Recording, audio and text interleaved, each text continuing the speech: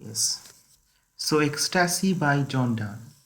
And you know that John Donne's love poems are, in a sense, departure from the Petrarchan love poems.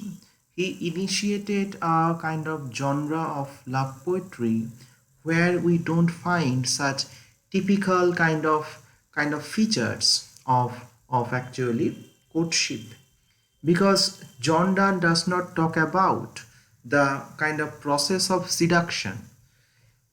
You know that his poems are not seduction poems where the kind of poet is actually trying to seduce his beloved through clever arguments. For example, you can think of To His Coy Mistress, in a sense. You can think of some kind of Spenserian sonnets where the kind of lover is actually uh, committed to the task of uh, making the kind of beloved accept the proposal given to her. But John Donne's poems basically celebrate the kind of multiple varieties of love. Uh, a second, to request pardon.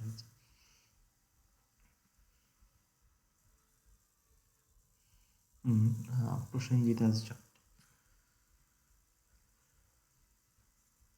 Okay, so I was telling that how John Donne actually celebrates the kind of various features of love, because love to John Donne is not mere physical affair, it is physical, spiritual, psychological, religious at the same time. As it is often said, that Donne is like a person who has tasted every fruit in the orchard of love, and he is a kind of iconoclast of the conventional treatment of love, the way he depicts it, the way he depicts the post-coital bliss, because these poems in his collection, Songs and Sonnets, are actually frank expressions, outputs of a kind of state of fulfillment. Uh, just wait a bit.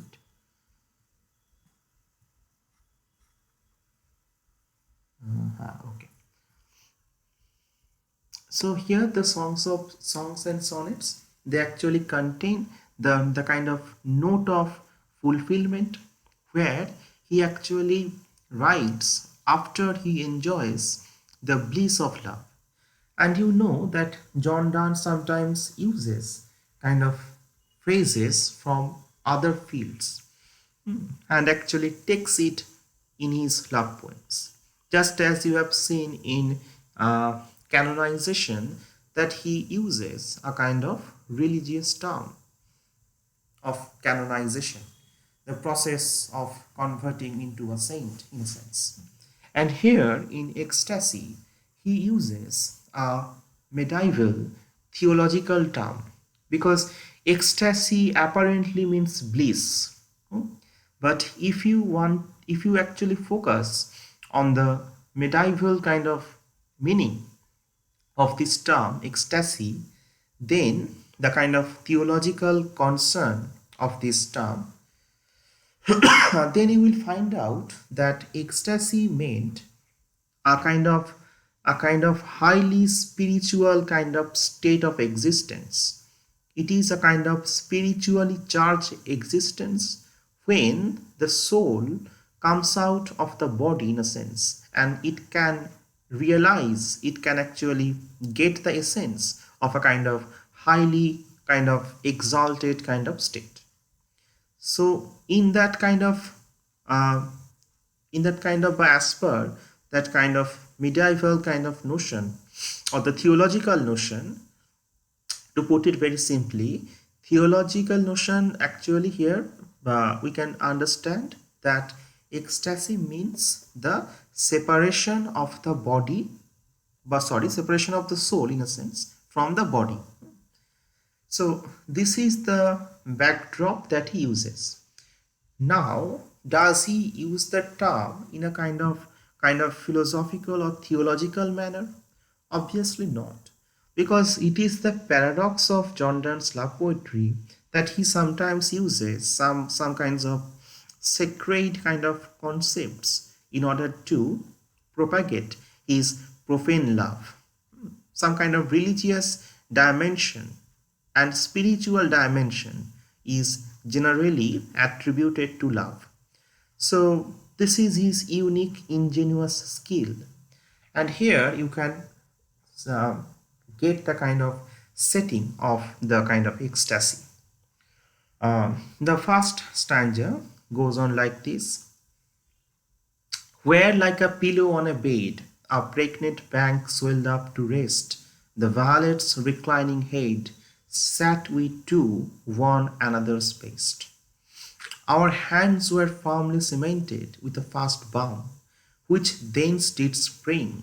Our eye beams twisted and did trade, our eyes upon one double string. So these two stanzas apparently introduce the setting, provide the setting of their lovemaking. So the poet and his beloved Anne move. They are sitting on a bank of violets. Okay, and so this is a kind of simile that with which the poem begins. Just wait. So, like a pillow on a bed. So, as if the swollen bank, at first I need to clarify what pregnant bank is. Pregnant bank means here the bank of the river contains seeds underneath which will germinate later on. So, as if the bank is pregnant.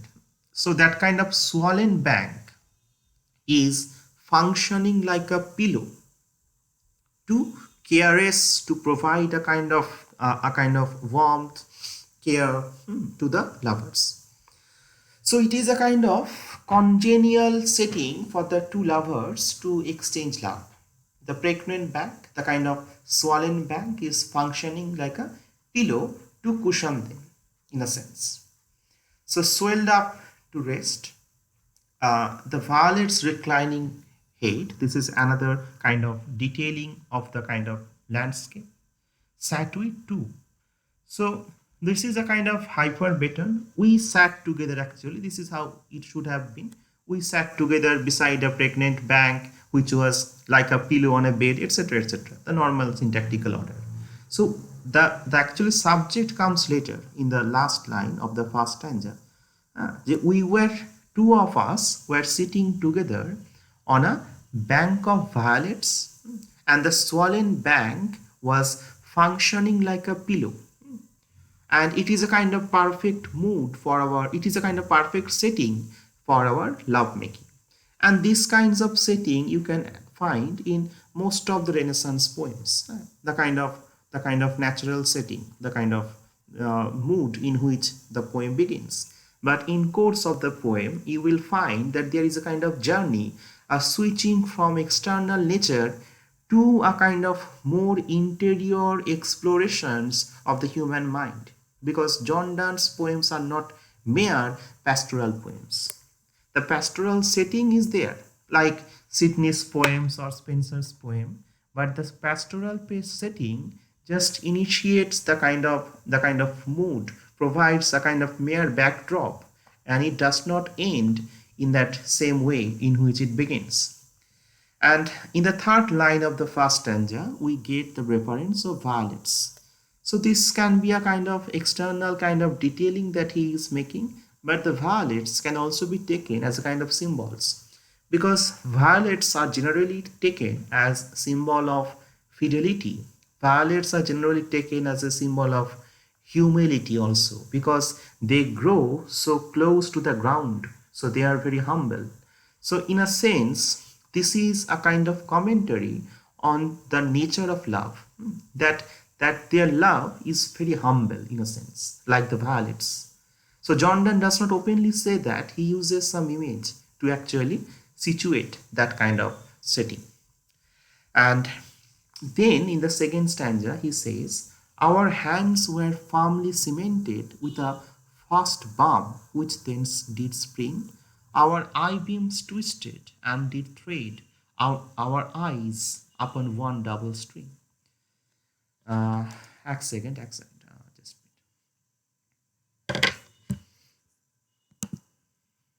I hope I am audible. Someone do respond.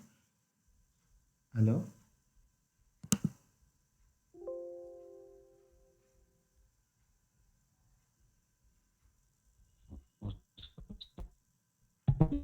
Hi, hi. Mhm. Just a phone call came, so just wait.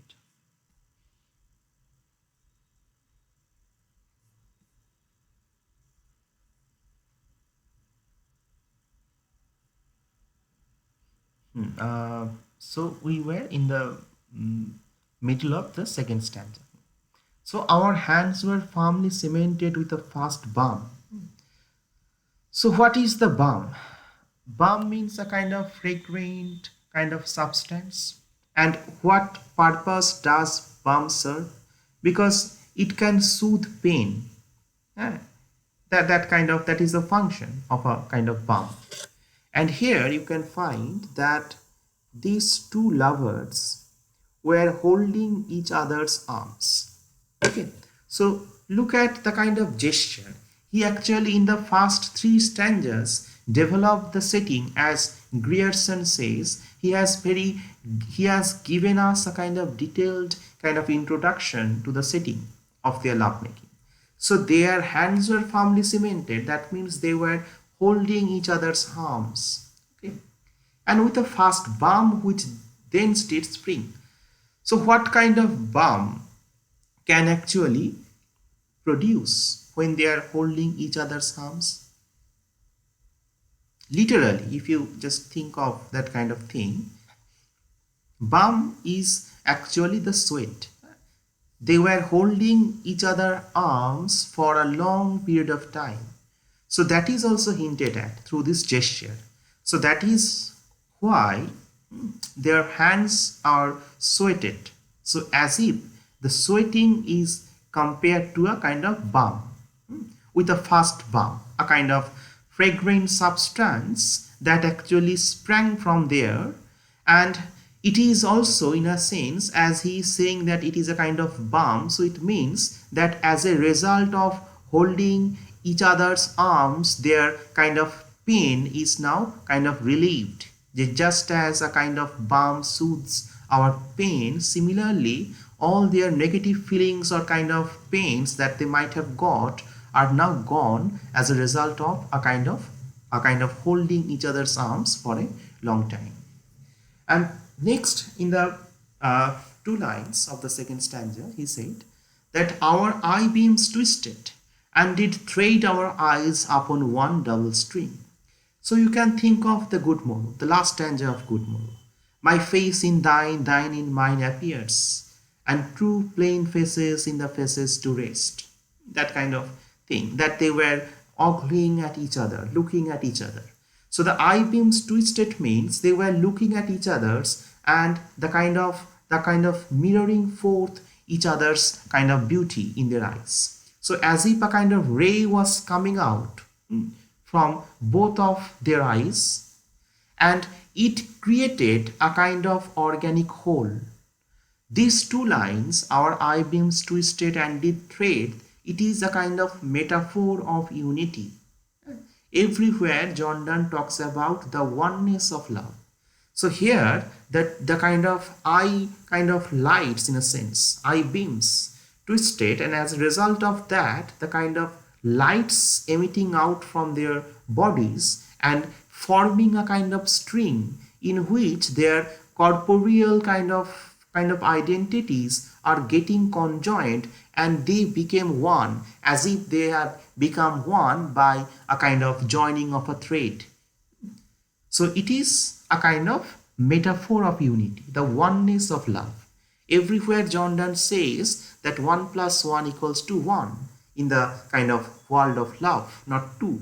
But he provides some kinds of clever arguments that why he actually says these, why he actually says that 1 plus 1 equals to 1. Always gives some arguments as in parity with the metaphysical structure.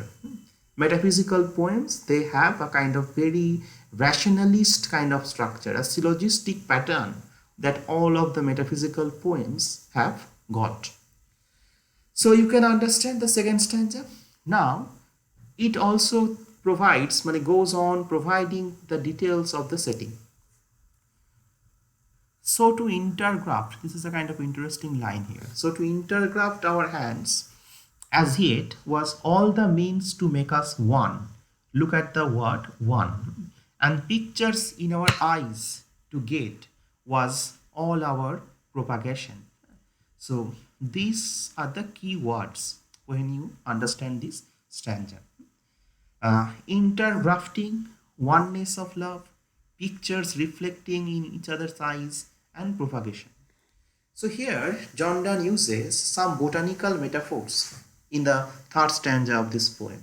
The term intergraft is of horticultural origin. Intergraft means actually the kind of creation, by kind of making of a plant by kind of the process of grafting. The 2 points the two plants are actually conjoined by the process of grafting. This is a kind of horticultural term. So here John Donne is saying, by utilizing that kind of term into the world of lovemaking, that our hands were intergrafted, transplanted in a sense. So the kind of basic meaning is that they were holding each other's arms for a long period of time, and that is why it is perhaps have been intergrafted, just as the two plants become one by the process of grafting. Similarly, when they are holding each other's arms, they have become one as if by grafting. So this is a kind of botanical metaphor that he introduces to depict his kind of theory of love, that to propagate his theory of the oneness of love. And propagation, that means obviously the related to the kind of intergrafting, the same kind of botanical term that he goes on using, the kind of mixture of the two into one, propagation. So what kind of mixture is here?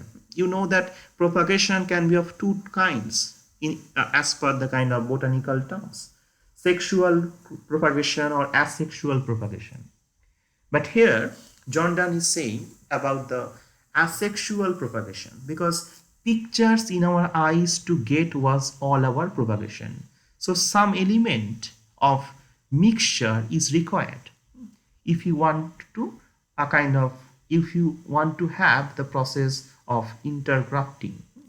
So it was the kind of, as he said already in the second stanza, that our eye beams twisted and it actually formed a kind of string of actually kind of lights.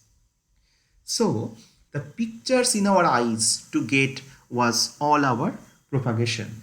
So to put it very simply, their images were getting reflected in each other's eyes, and it was the only propagation that actually did take place, asexual propagation, a kind of mixture that means mixture of each other's image in their eyes, but not here physically, but in terms of a kind of rebounding effect. So this is a kind of very clever utilization or manipulation of some botanical terms which are used to actually celebrate the kind of connubial bliss. Okay, so now these three stanzas are important for another reason, in a sense, because you can see that here the lovers but the poet is not only actually providing us with the backdrop, but he is also giving us actually step by step depiction for the kind of ecstatic moment, for that kind of act of migration, because ultimately he will talk about that act of separation of the souls from the bodies, that aspect of ecstasy in which he has introduced the term in the title. The titles are very important in most of John Donne's poems. Just as canonization was the dominant metaphor conceit, here the ecstasy is also the dominant conceit in this text. So before that migration takes place, before the souls come out of the bodies, a process is actually shown. So what are the three steps? The first is they are holding each other arms. Then they are sweating. Number two. Number three, that they are gazing at each other. So it is as if a kind of preparation for that longer flight. Now their souls will move out, will go out of their bodies and have a kind of dialogue. Okay, so these three stanzas are followed by the process of migration. Here you can find. This is how he actually depicts the migration of the souls and the kind of dialogue of the two souls which they are having. So, as twixt two equal armies, fate, suspense, uncertain victory. Just wait a second.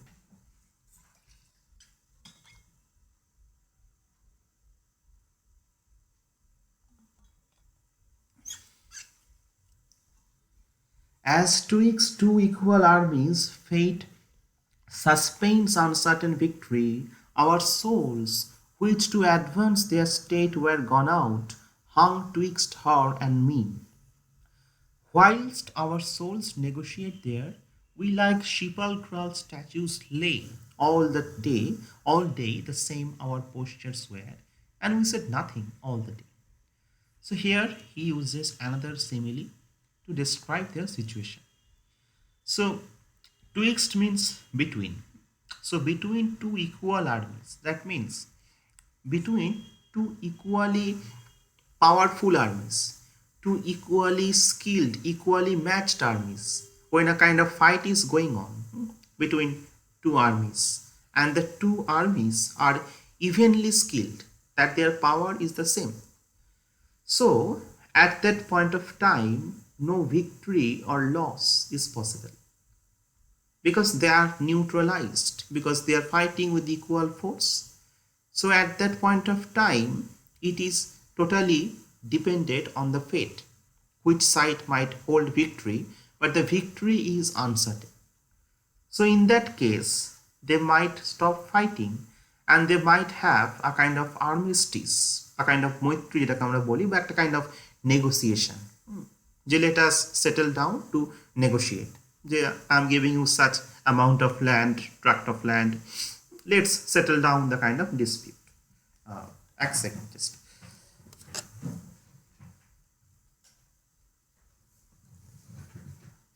So this is the image that he actually uses as twixt two equal armies, fate, suspense, uncertain victory. So in that case, negotiation is required when the two armies are evenly skilled, evenly powerful. Now think of their souls. Third line. Our souls, which to advance their state were gone out. So now the migration has been made. The souls, the two souls have come out of their two separate bodies, in a sense. So body থেকে যে soul বেরিয়ে আসছে, in a sense, that is the process of ecstasy. Now they have gone out of their bodies and they are, in a sense, equiproportionate, in a sense, because here they are equally powerful, means there is equal amount of love for each other, as the kind of equiproportionateness that John Donne talks about in his sonnet The Good Morrow.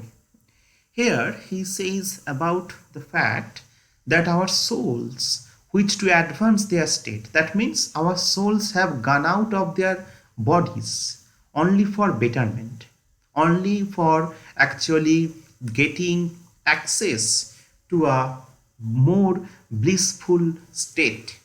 That is why they have made that kind of migration. So hung between us, hung between her and me, in a sense. And while our souls negotiate there, so the souls, the two separate souls, are having a kind of negotiation because they are evenly kind of matched, in a sense, perfect symmetry in their lovemaking, perfectly proportionate, and they are negotiating. Why?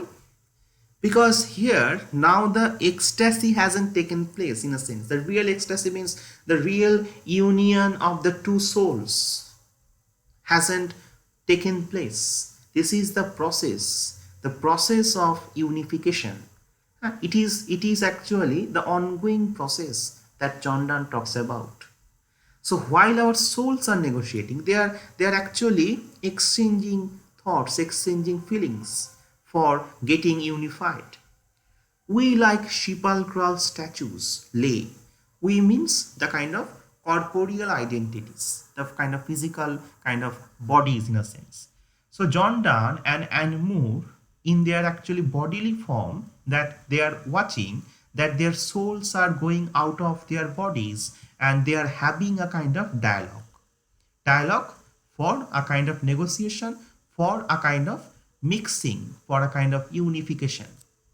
So while this process was going on, while that conversation, the soul to soul communion was going on, these two persons, they were lying like a kind of dead statues, lifeless statues. They were lying and just watching that kind of act of negotiation, act of soul to soul conversation. So all the day, the same our postures were. That means we were in that posture throughout the day for a long period of time, and we said nothing. We were totally silent and just watching the kind of, only watching, not listening to, because John Donne will later say that he cannot understand the kind of language of the soul. It is a kind of communication, communion between the souls, which he can watch, he and she can watch, but both of them cannot understand the language of the soul. In a sense, it is a different kind of language. This is the kind of effect of love on our mind and on our body, because this is what John Donne basically talks about. This ecstasy does unperplex, we said, and tell us what we love. Unperplex is a keyword, and we see by this মানে হচ্ছে by ecstasy. It was not sex. We saw not what did move, in a sense. So the kind of four lines actually of perhaps this is fifth stanza or sixth stanza. The ecstasy that means does unperplex. So that means love is a very perplex kind of idea.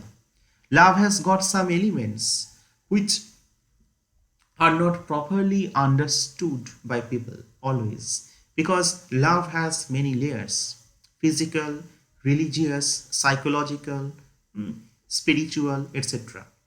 So it is a combination of many moods, many range of feelings. Obviously that results in a kind of perplexing the kind of situation. So strange are the ways of love, in a sense. Strange are the varieties of love. And this ecstasy is a kind of very helpful, beneficial thing for us, John Donne is saying. Because this ecstasy enables them, this ecstasy actually simplifies the complex notion of love. So under the benediction of this ecstatic moment, this is the effect of love on body. Under this kinds of ecstatic kind of bliss, they come to a realization of the kind of perplexities as getting simplified. He or she understands or gets an insight into the mystery of life, mystery of love, in a sense. So the complex notion of love is getting simplified or understandable by them because of a result of that. So it is a kind of benediction on both of them. We said and tell us what we love. We see by this it was not sex. That means this ecstatic moment is a really learning phase for both of us. We are impelled by the fact that it is not the sex drive. That means love is not merely a kind of physical thing. Love has also some other layers to which we were not a kind of introduced, that was shut out to us in a sense. So it is not the physical communion, that is not the end in itself, but it is the kind of gateway through which we understand that love has some other layers. Just as in the ecstatic moment, generally in terms of theological definition, you understand that what happens, the soul actually gains an insight, a kind of perceptible kind of thing, analysis of that kind of highly spiritual state of bliss. Similarly, this is the kind of benediction that they are getting, and this is also actually teaching them a kind of great lesson about the philosophy of love, in a sense. So we saw not what did move. Sir বলছি যে ecstasy dot হ্যাঁ বলো। হ্যাঁ। Sir হ্যাঁ বলো। Sir বলছি ecstasy dot আনপারপ্লেক্স আনপারপ্লেক্স মানেটা কি? আচ্ছা, আনপারপ্লেক্স মানে হচ্ছে সিম্পলিফাই, সহজ করে বলতে গেলে। পারপ্লেক্স মানে to to get complex in a sense. So unperplex that means simplify.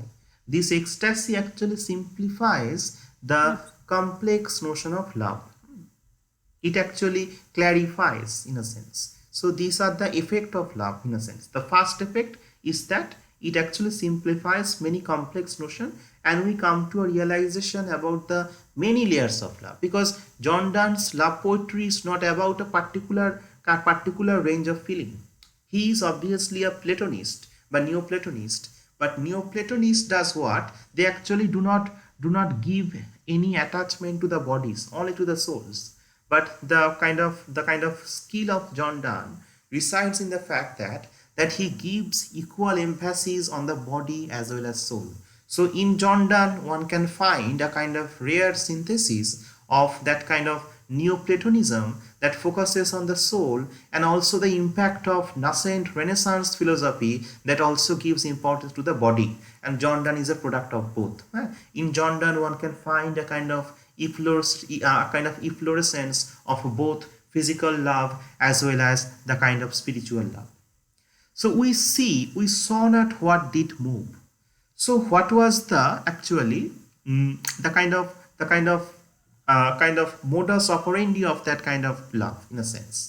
We could not understand all of these in a sense, but we get a glimpse of the fact that it was not merely a kind of physical sensation.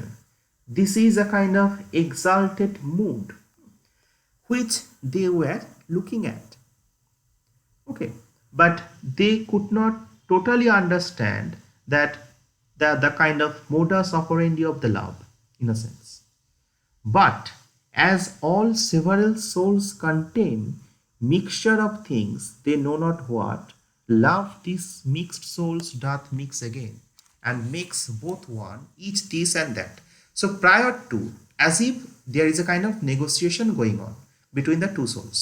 The two souls are negotiating, are actually gauging the kind of profundity of feeling for each other in a sense, and their souls also contain some elements which are heterogeneous in a sense, that all souls contain mixture of things they know not what.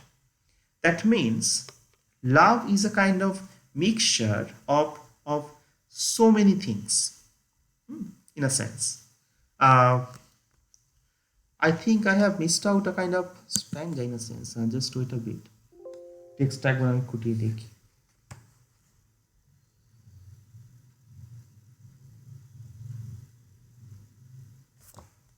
এক second.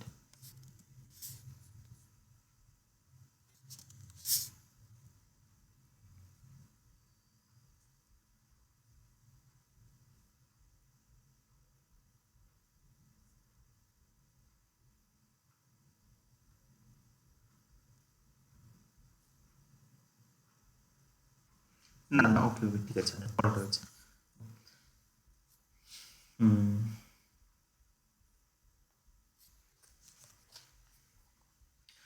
So here he is saying that, but as several souls contain mixture of things they know not what, love these souls doth mixed again and makes both one. So souls are comprised of heterogeneous elements. It has got many things, perhaps. It has got perhaps some element of impurity. It might have jealousy in a sense. So there might be some heterogeneous elements within the souls. But when it is under the benediction of love, when love is the anchoring agent, these souls, these two souls, are actually mixed again. This is the moment of union, spiritual union that is taking place. And he is observing in it in great detail. He is also commentating on the act of unification. So love, it is under the principle of love that these two souls, two separate souls with some perhaps heterogeneous elements, they are getting joined, and all the impurities are actually rejected, relinquished, or ejected from them.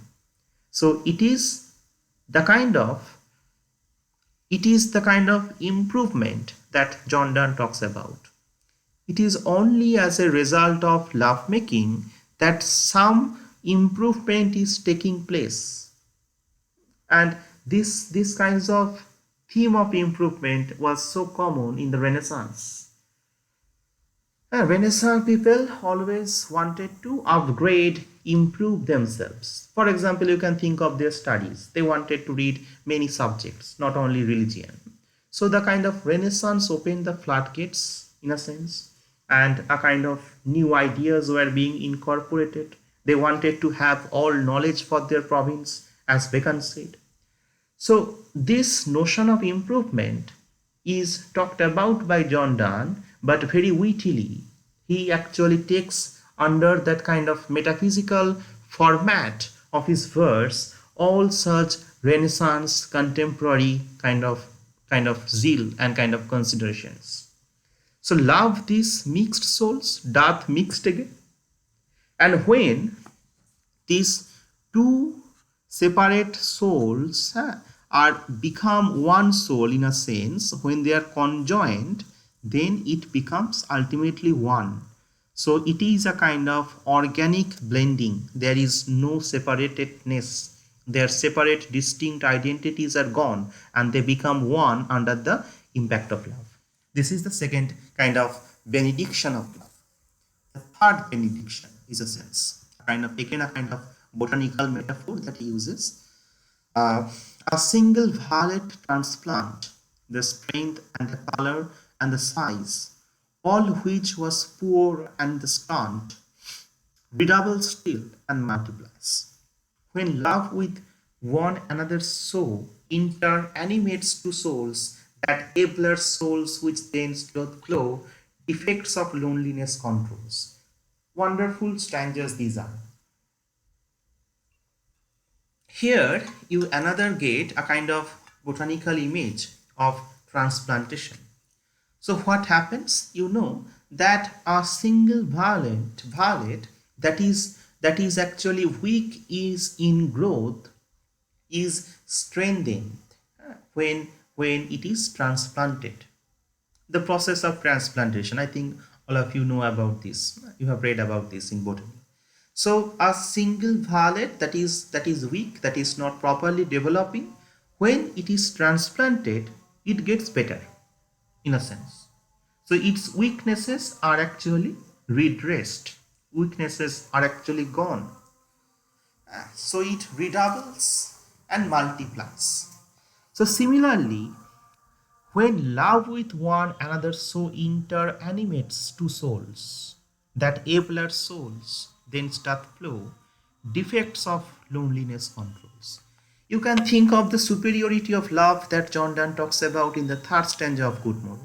That our two kind of hemispheres are better than the physical hemispheres because they have some drawbacks, the kind of extreme heat, extreme cold in a sense, extreme cold, and the kind of decay that happens in the west. But our world of love does not have any kind of defect in a sense. Here, he also says about that kind of unadulterated nature of love, but in a kind using a kind of different metaphor. This time it is not geographical. This time it is not geographical metaphor, but a kind of botanical metaphor. So just as the kind of transplantation of violet is taken place, similarly, when the kind of love actually makes them one, interanimates, that means when love actually mixes them into one,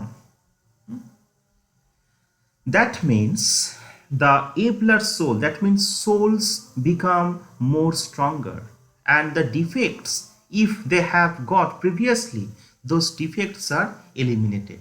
So this is another form of improvement. This is how love can improve their kind of souls as well as their mind. So it is a kind of image of betterment, which he uses very wisely. Uh, yes, I think I have missed out. Yes, is one stanza to include here. Just wait a bit. সেটাই ভাবছিলাম যে thought process একটা continuity lack করছে মনে হচ্ছে।